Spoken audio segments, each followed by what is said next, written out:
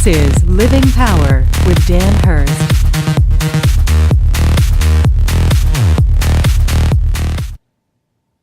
Now, a deep faith understands that.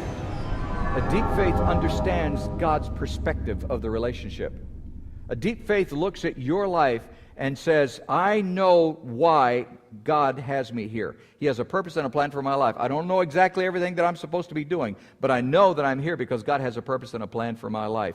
And I know that He loves me and can't stand the idea of spending eternity without me. And so I'm willing to let Him do whatever it is He wants to do in my life so He can accomplish whatever He wants to do through my life.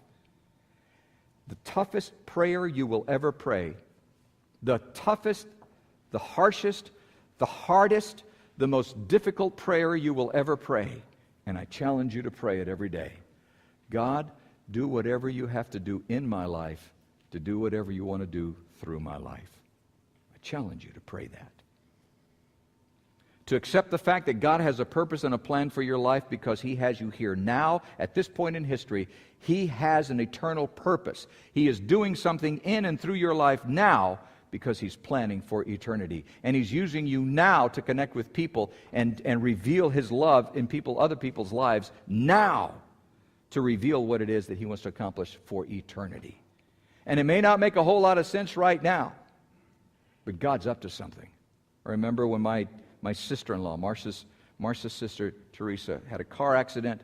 I'll never forget that whole experience. I was working in radio at the time, and we got this traffic report. Johnny Rollins was reporting traffic, and he reported. I remember it like it happened yesterday. And he was saying, "Well, something terrible has happened. I think it was up on Highway 9 on the way over to Leavenworth." And he said, "Something has happened here, and they've got somebody out. The firemen are out. The EMTs are out working. The paramedics are out working on somebody. They've got them out of the car, and they've got them out on the ground, and they're working on them, which means, that they're performing life-saving procedures, obviously, of some sort."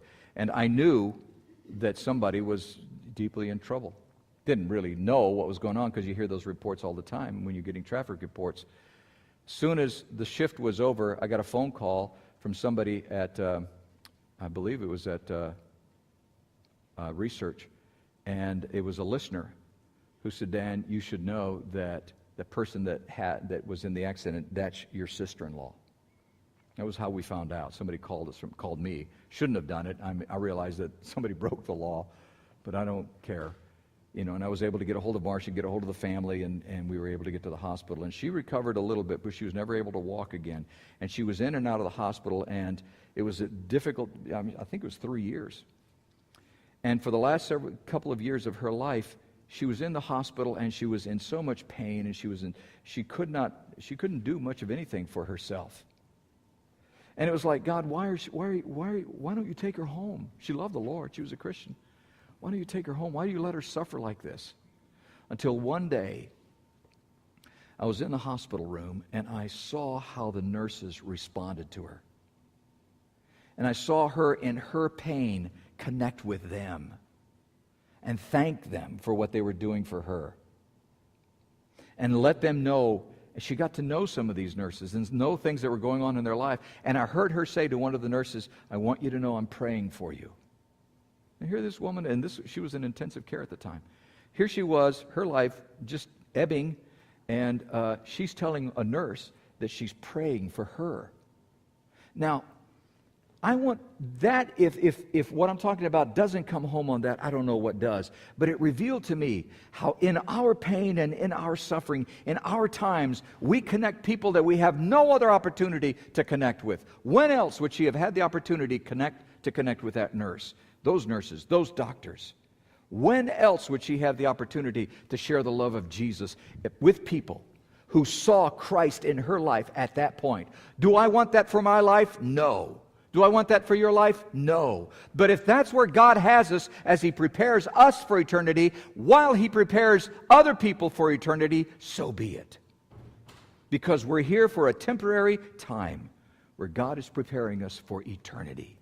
And a deep faith understands that. A deep faith says that I understand who the source of life is.